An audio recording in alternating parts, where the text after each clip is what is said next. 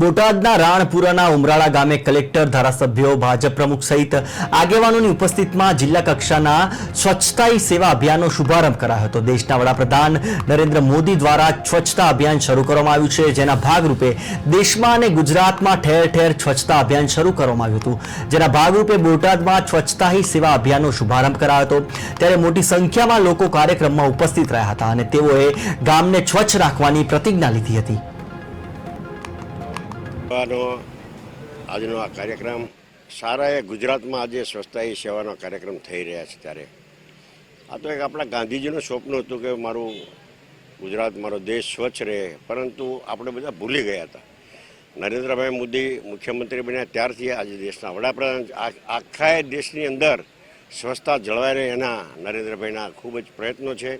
એમના પોતાનો આજે જન્મદિવસ છે, ત્યારે અમે પણ બોટાદ જિલ્લાનો કાર્યક્રમ સ્વચ્છતા હી સેવાનો કાર્યક્રમ અહીંયા કર્યો। જે આજ 17 તારીખે જિલ્લા કક્ષાનો કાર્યક્રમ હતું, એનું ઉમરાળા ખાતે શુભારંભ કરવાનું આયોજન હતું। એમાં મોટા ભાગના ગામ લોકો તથા પદાધિકારીઓ, અધિકારીઓ મોટી સંખ્યામાં જોડાણા।